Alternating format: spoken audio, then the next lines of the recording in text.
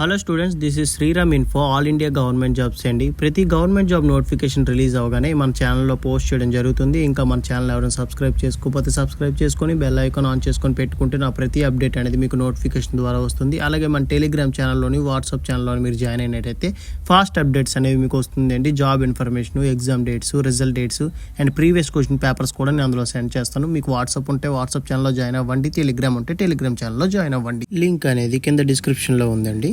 Hello students, ఇప్పుడు మనకు వచ్చేసి సిఎస్ఐఆర్ నుంచి మరొక గవర్నమెంట్ జాబ్ నోటిఫికేషన్ అయితే మనకి రిలీజ్ అవ్వడం జరిగిందండి. సిఎస్ఐఆర్లో మనకి Indian institute of toxicology research centre నుంచి మనకి చాలా మంచి గవర్నమెంట్ జాబ్స్ అయితే రిలీజ్ అయ్యాయి. ఇది వచ్చేసి మనకి అఫీషియల్ వెబ్సైట్ అండి, IITR అంటారు షార్ట్కట్లోని. ఇక్కడ మీరు చూసుకున్నట్టయితే రిక్రూట్మెంట్ అని ఉంది కదండి, దాని మీద క్లిక్ చేయండి. క్లిక్ చేసినట్టయితే మీకు పేజ్ ఇలా ఓపెన్ అవుతుంది. ఇది వచ్చేసి మనకి రిక్రూట్మెంట్ పోర్టల్ అండి. ఇక్కడ చూడండి, advertisement for recruitment of technical assistant and technicians అని ఉంది కదా, దీని మీద క్లిక్ చేసినట్టయితే మీకు అఫీషియల్ నోటిఫికేషన్ అనేది ఇట్లా ఓపెన్ అవుతుంది. ఈ నోటిఫికేషన్లో ఇంపార్టెంట్ పాయింట్స్ అనేవి మీకు డిస్కస్ చేసి క్లియర్గా ఎక్స్ప్లెయిన్ చేస్తాను. మీరు వీడియో అక్కడ స్కిప్ చేయకుండా చూడండి. ఇది వచ్చేసి మనకి ప్రతిదీ కూడా అఫీషియల్ వెబ్సైట్లోనే మనకి నోటిఫికేషన్ అనేది డౌన్లోడ్ చేసి మీకు చూపిస్తున్నాను. ఎందుకంటే చాలామందికి డౌట్ ఉంటుంది కదండి, ఫేక్ న్యూస్, ఫేక్ నోటిఫికేషన్ అని చెప్పేసి. అందుకే నేను ఏంటంటే ఫస్ట్ నుంచి మీకు అఫీషియల్ వెబ్సైట్ నుంచి మీకు డౌన్లోడ్ చేసి మీకు నోటిఫికేషన్ అనేది చూపిస్తున్నానండి. అఫీషియల్ నోటిఫికేషన్ మనం చూసుకున్నట్టయితే Indian institute of toxicology research అండి. మనకు ఆన్లైన్ అప్లికేషన్ అనేది 1 మార్చ్ 2024 అయితే మనకి స్టార్ట్ అయింది. Last date of online submission చూసుకున్నట్టయితే మనకి 31 మార్చ్ 2024 లోపు అయితే మనం అయితే ఆన్లైన్లో అప్లై చేసుకోవాల్సి ఉంటుందండి. ఇది only online application, offline application ద్వారా పంపించాల్సిన అవసరం లేదు. ఇక్కడ క్లియర్గా మనకు చూడండి, ఫస్ట్లోనే ఇచ్చారు, hard copy of the application shall not be accepted అని చెప్పేసి మనకి ఇచ్చారంటే హార్డ్ కాపీ ఏమి మనకి యాక్సెప్ట్ చేయరని చెప్పేసి క్లియర్గా ఇచ్చారండి. నెక్స్ట్ వచ్చేసి మనకి వేకెన్సీస్ డీటెయిల్స్ చూసుకున్నట్టయితే టెక్నికల్ అసిస్టెంట్కి వీళ్ళైతే రిక్రూట్మెంట్ చేస్తున్నారండి. టోటల్గా మనకి 8 పోస్టులు అయితే ఉన్నాయి. కేటగిరీ వైజ్గా మనకి పోస్టులు అనేవి డివైడ్ చేశారు. దీనికి పే స్కేల్ లెవెల్ 6 ఇస్తున్నారండి. అంటే అప్రాక్సిమేట్లీ పర్ మంత్ వచ్చేసి ఇనీషియల్గా మనకి 63,312 రూపీస్ అయితే మనకి రావడం జరుగుతుంది. అండ్ దీనికి ఏజ్ లిమిట్ వచ్చేసి 28 ఇయర్స్ అండి. Age relaxation as per rule అంటే SC ST వాళ్ళకి 5 ఇయర్స్ అండ్ నెక్స్ట్ OBC వాళ్ళకి వచ్చేసి 3 ఇయర్స్ అండి ఏజ్ రిలాక్సేషన్. అండ్ నెక్స్ట్ వచ్చేసి మనకి పోస్ట్ టెక్నీషియన్స్ అండి. దీనికి వచ్చేసి 11 పోస్టులు ఉన్నాయి. సేమ్ కేటగిరీ వైజ్గా పోస్ట్ అనేది డివైడ్ చేశారు. దీనికి శాలరీ వచ్చేసి పే స్కేల్ లెవెల్ 2 ఇస్తున్నారండి. అప్రాక్సిమేట్లీ పర్ మంత్ వచ్చేసి 34,625 రూపీస్ అయితే మనకి వస్తుంది per month.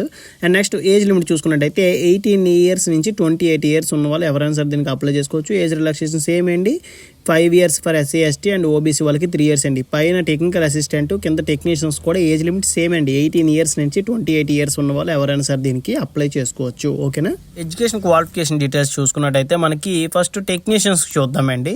Group 2 entry level ఇస్తున్నారండి ఇనీషియల్గా.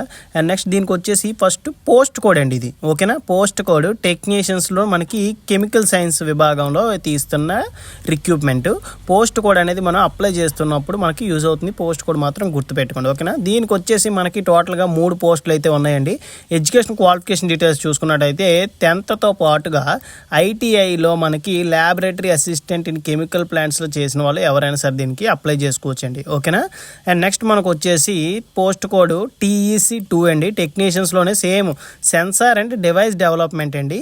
దీనికి వచ్చేసి 10th పాటుగా సేమ్ ITIలో మనకి ఎలక్ట్రికల్ కానీ లేదంటే మెడికల్ ఎలక్ట్రానిక్స్ కానీ లేదంటే ఎలక్ట్రానిక్స్ ఇంజనీరింగ్ చేసిన వాళ్ళు ఎవరైనా సరే దీనికి అప్లై చేసుకోవచ్చు. అండ్ నెక్స్ట్ వచ్చేసి ప్లంబర్ అండి. 10th ప్లస్ ITIలో ప్లంబర్ చేసిన వాళ్ళు ఎవరైనా సరే దీనికి అప్లై చేసుకోవచ్చు. 10th వచ్చేసి మనకి మినిమం 55% మార్క్స్ గెయిన్ చేస్తే సరిపోతుందండి. ఓకేనా. అండ్ నెక్స్ట్ వచ్చేసి సేమ్ టెక్నీషియన్స్లోని ఎలక్ట్రీషియన్ చూసుకున్నట్టయితే 10th ప్లస్ ITIలో ఎవరైతే ఎలక్ట్రీషియన్ ట్రేడ్ చేసిన వాళ్ళు ఉంటారు కదండి, వాళ్ళు దీనికి అప్లై చేసుకోవచ్చు. అండ్ నెక్స్ట్ వచ్చేసి టెక్నీషియన్స్లోనే రీఫ్రిజిరేషన్ అండ్ AC టెక్నీషియన్కి రిక్రూట్మెంట్ అనేది తీస్తున్నారు. దీనికి కూడా సేమ్ అండి. 10th ప్లస్ ITIలో ఎవరైతే రీఫ్రిజిరేషన్ అండ్ AC టెక్నీషియన్స్ ట్రేడ్ చేసిన వాళ్ళు ఉంటారు కదండి, వాళ్ళు దీనికి అప్లై చేసుకోవచ్చు. ఓకే. నెక్స్ట్ వచ్చేసి మనకి కంప్యూటర్ సైన్స్ అండి. కంప్యూటర్ సైన్స్కి ఎడ్యుకేషన్ క్వాలిఫికేషన్ డీటెయిల్స్ వచ్చేసి మనకి 10th ప్లస్ ITIలో మనకి ఎవరైతే computer hardware and network maintenance and information technology చేసిన వాళ్ళు ఉంటారు కదండి, వాళ్ళు దీనికి అప్లై చేసుకోవచ్చండి. అండ్ నెక్స్ట్ వచ్చేసి మనకి కంప్యూటర్ సైన్స్. ఓకేనా. సేమ్ ఇది మనకు వచ్చేసి కంప్యూటర్ సైన్సే, ఇది కూడా సేమ్ కంప్యూటర్ సైన్సే, కానీ పోస్ట్ కోడ్ అనేది మారుతుందండి. ఓకేనా. దీనికి ఎడ్యుకేషన్ క్వాలిఫికేషన్ వచ్చేసి 10th ప్లస్ ITIలో మనకి information technology and computer operator and programming assistant trade చేసిన వాళ్ళు దీనికి అప్లై చేసుకోవచ్చండి. ఓకేనా, మీకు ఇప్పుడు డౌట్ రావచ్చండి, ఏంటంటే పైన కూడా కంప్యూటర్ సైన్స్ టెక్నీషియన్స్, కింద కూడా కంప్యూటర్ సైన్స్ టెక్నీషియన్స్, రెండు ఎందుకు పోస్ట్ కోడ్లు రెండు ఎందుకు వేరువేరుగా మనకి ఇచ్చారంటే, మనకి లెఫ్ట్ సైడ్లో చూడండి కేటగిరీ అని చెప్పేసి పీడబ్ల్యూబీడీ ఇచ్చారు కదా, పైది వచ్చేసి మనకి ఓపెన్ కేటగిరీ అంటే అన్రిజర్వ్డ్ అండి. అది వచ్చేసి ఎవరైనా సరే దీనికి అప్లై చేసుకోవచ్చు. కానీ ఈ TEC7 టెక్నీషియన్స్ కంప్యూటర్ సైన్స్ ఉంది కదండి, ఇది ఓన్లీ ఫర్ పీడబ్ల్యూబీడీ క్యాండిడేట్స్కి మాత్రమే. ఓకేనా, అది మాత్రం మీరు చూసుకోండి, పోస్ట్ ఓపెన్ కేటగిరీకి ఇచ్చారా, ఏ కేటగిరీకి ఇచ్చారని చెప్పేసి మీరు ఒకసారి చెక్ చేసుకోండి. నెక్స్ట్ వచ్చేసి మనకి సేమ్ అండి, టెక్నీషియన్స్లోనే బయోలాజికల్ సైన్స్ అండి. దీనికి వచ్చేసి 10th ప్లస్ ITIలో ఎవరైతే బయోలాజికల్ సైన్స్ చేసిన వాళ్ళు ఉంటారో వాళ్ళు దీనికి అప్లై చేసుకోవచ్చు అండి. దీనికి చూడండి లెఫ్ట్ సైడ్లో UR అంటే ఓపెన్ కేటగిరీకి ఒకటి ఇచ్చారండి, ఇది ఎవరైనా సరే దీనికి అప్లై చేసుకోవచ్చు. నెక్స్ట్ వచ్చేసి EWSకి ఒకటి ఇచ్చారు పోస్ట్. అండ్ నెక్స్ట్ వచ్చేసి మనకి టెక్నికల్ అసిస్టెంట్, ఇది వచ్చేసి మనకి గ్రూప్ 3 ఎంట్రీ లెవెల్ ఇస్తున్నారు స్టార్టింగ్.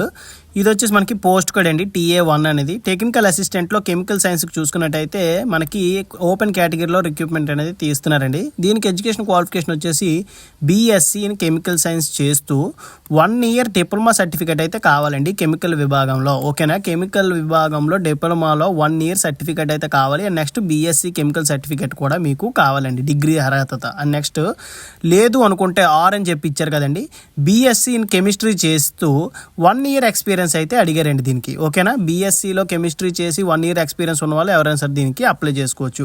అండ్ నెక్స్ట్ వచ్చేసి టెక్నికల్ అసిస్టెంట్లో ఎలక్ట్రికల్ ఇంజనీర్ అండి, దీనికి కూడా ఓపెన్ కేటగిరీ, ఎవరైనా దీనికి అప్లై చేసుకోవచ్చు. డిప్లొమా ఇన్ ఎలక్ట్రికల్ ఇంజనీరింగ్ అంటే ఎవరైతే EEE స్టూడెంట్స్ ఉంటారో డిప్లొమా చేసిన వాళ్ళు ఎవరైనా సరే దీనికి అప్లై చేసుకోవచ్చు. కానీ దీనికి ఎక్స్పీరియన్స్ అయితే అడిగారండి, 2 years రిలవెంట్ ఫీల్డ్లో మనకి ఎక్స్పీరియన్స్ అయితే కావాలి. ఓకే, నెక్స్ట్ వచ్చేసి మనకి టెక్నికల్ అసిస్టెంట్లో సివిల్ ఇంజనీరింగ్ అండి, దీనికి వచ్చేసి కేటగిరీ OBC అని చెప్పి మెన్షన్ చేశారు. ఓకే, దీనికి వచ్చేసి మనకి ఎడ్యుకేషన్ క్వాలిఫికేషన్ డీటెయిల్స్ చూసుకున్నట్టయితే డిప్లొమా ఇన్ సివిల్ ఇంజనీరింగ్ ఎవరైతే చేసిన వాళ్ళు ఉంటారో వాళ్ళు ఎవరైనా సరే దీనికి అప్లై చేసుకోవచ్చు. దీనికి కూడా సేమ్ అండి, 2 years ఎక్స్పీరియన్స్ అయితే అడిగడం జరిగింది. నెక్స్ట్ వచ్చేసి మనకి animal house and GLP facility అని చెప్పేసి ఇచ్చారు టెక్నికల్ అసిస్టెంట్లోనే. పోస్ట్ కోడ్ వచ్చేసి TA4 అండి. దీనికి వచ్చేసి ఓపెన్ కేటగిరీ తీస్తున్నారు రిక్రూట్మెంట్, ఎవరైనా సరే దీనికి అప్లై చేసుకోవచ్చు. దీనికి ఎడ్యుకేషన్ క్వాలిఫికేషన్ వచ్చేసి BSc బయోలాజికల్ స్ట్రీమ్ చేసిన వాళ్ళు, next 1 year diploma experience in laboratory animal కానీ లేదంటే ల్యాబొరేటరీ యానిమల్ హస్బెండరీ కానీ ఉండాలండి కంపల్సరీగా. లేదు అనుకుంటే మనకి BSc or equivalent in biological stream చేసిన వాళ్ళు ఎవరైనా సరే దీనికి అప్లై చేసుకోవచ్చు. అండ్ నెక్స్ట్ దాంతో పాటుగా diploma in medical laboratory technology కూడా సర్టిఫికేట్ అయితే కావాలండి. ఓకేనా, అండ్ నెక్స్ట్ మనం చూసుకున్నట్టయితే టెక్నికల్ అసిస్టెంట్లోనే బయోలాజికల్ సైన్స్ అండి దీనికి. ఓకేనా, దీనికి వచ్చేసి education qualification BSc in biological science చేసిన వాళ్ళు, and next 1 year diploma certificate అయితే కావాలండి బయోలాజికల్ సైన్స్లో చేసినట్టు. అండ్ నెక్స్ట్ వచ్చేసి మనకి చూసినట్టయితే ఎన్విరాన్మెంట్ మానిటరింగ్ ఇంపాక్ట్ అసైన్మెంట్ అండి, దీనికి వచ్చేసి డిప్లొమాలో ఎవరైతే మెకానికల్ కానీ సివిల్ కానీ కెమికల్ ఇంజనీరింగ్ చేసిన వాళ్ళు ఎవరైనా సరే దీనికి అప్లై చేసుకోవచ్చండి. కానీ దీనికి 2 years రిలవెంట్ ఎక్స్పీరియన్స్ అయితే అడగడం జరిగిందండి. నెక్స్ట్ వచ్చేసి మనకి మోడ్ ఆఫ్ ఎగ్జామినేషన్ చూసుకున్నట్టయితే టెక్నికల్ అసిస్టెంట్కి first trade and skill test అయితే ఉంటుందండి. Those who qualified in the trade and skill test they are invited to computer based test అనేది మనకి ఇచ్చారు. ఇది వచ్చేసి మనకు ఆన్లైన్ కానీ ఆఫ్లైన్ ఎగ్జామ్ కానీ కండక్ట్ చేస్తారండి, బోత్ హిందీ అండ్ ఇంగ్లీష్లో ఉంటుంది. మన సూటబుల్ లాంగ్వేజ్ మనం అయితే సెలెక్ట్ చేసుకోవచ్చు. ఎగ్జామినేషన్ స్టాండర్డ్ చూసుకున్నైతే డిప్లొమా అండ్ గ్రాడ్యుయేట్ లెవెల్లో మనకైతే క్వశ్చన్స్ రావడం జరుగుతుంది, కొంచెం డెప్త్గానే అడుగుతారండి.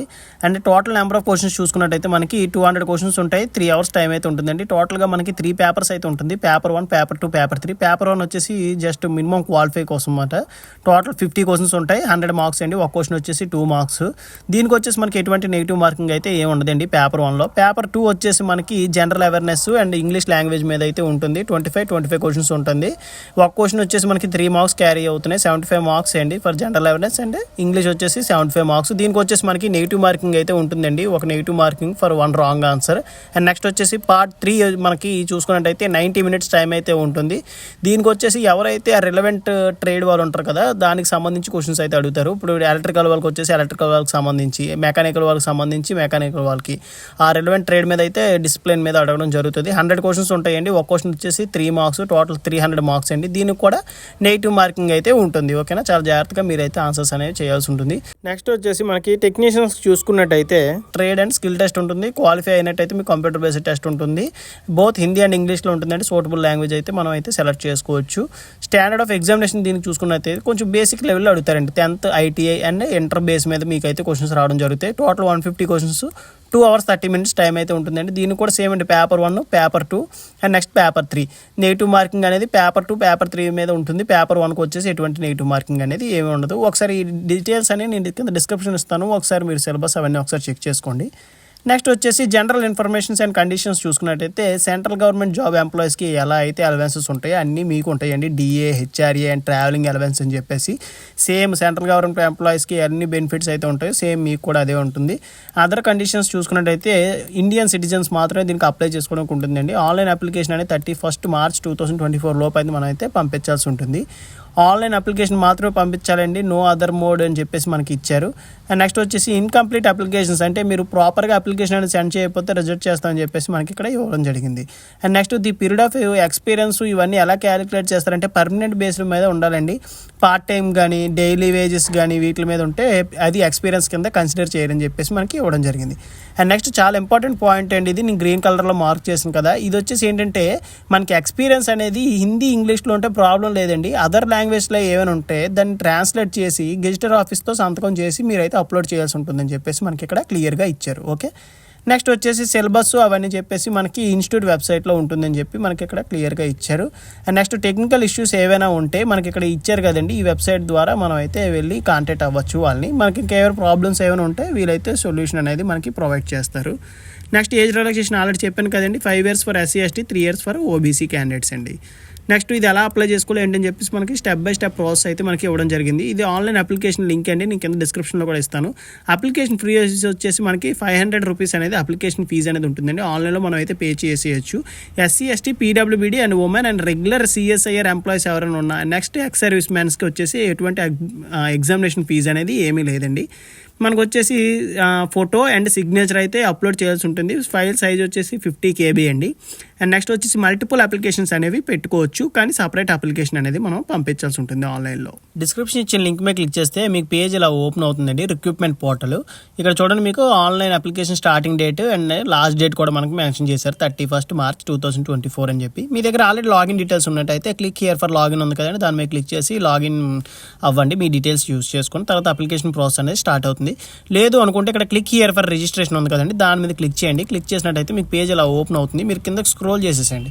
కిందకి స్క్రోల్ చేస్తే ఇక్కడ ఐ అగ్రీ అని చెప్పేసి ఒక బాక్స్ ఉంది కదండి, దాన్ని టిక్ చేసి మీ పోస్ట్ కోడ్ అనేది సెలెక్ట్ చేసుకోవాలి. మేము ఫస్ట్ నోటిఫికేషన్లో చెప్పాను కదండి, పోస్ట్ కోడ్ చాలా ఇంపార్టెంట్ అండి. అందుకు ఇక్కడ మీరు ఏంటంటే మీకు ఏ పోస్ట్కి అయితే అప్లై చేస్తున్నారో ఆ పోస్ట్ కోడ్ అయితే మీరు సెలెక్ట్ చేసుకొని ఇక్కడ సబ్మిట్ మీద క్లిక్ చేయండి. సబ్మిట్ మీద క్లిక్ చేసినట్టయితే మీకు పేజ్ అలా ఓపెన్ అవుతుంది. ఇదిగోండి మీ పోస్ట్ కోడ్ ఏదైతే సెలెక్ట్ చేసుకుంటే ఇక్కడ ఎపియర్ అయిందో లేదో ఒకసారి చెక్ చేసుకోండి. మీ 10th క్లాస్ మార్క్ లిస్ట్లో ఎలా అయితే ఉందో మీ నేమ్ అయితే ఇచ్చేసండి. మీ కేటగిరీ సెలెక్ట్ చేసుకోండి. తర్వాత PWBD కాదని అడుగుతుంటారు, ఎస్ అయితే ఎస్, నో అయితే నో. అండ్ నెక్స్ట్ CSIR ఎంప్లాయీసా మీరు కాదని చెప్పి అడుగుతుంటారు, నో అని పెట్టేసేసండి. ఎవరైనా ఎంప్లాయీస్ ఉంటే వాళ్ళు ఎస్ అయితే పెట్టండి. ఎక్స్ సర్వీస్ మ్యాన్ అయితే ఎస్ అయితే ఎస్, నో అయితే నో అండి. అండ్ నెక్స్ట్ వీడియో అని చెప్పేసి అడుగుతుంటారు, ఎస్ అయితే ఎస్, నో అయితే నో.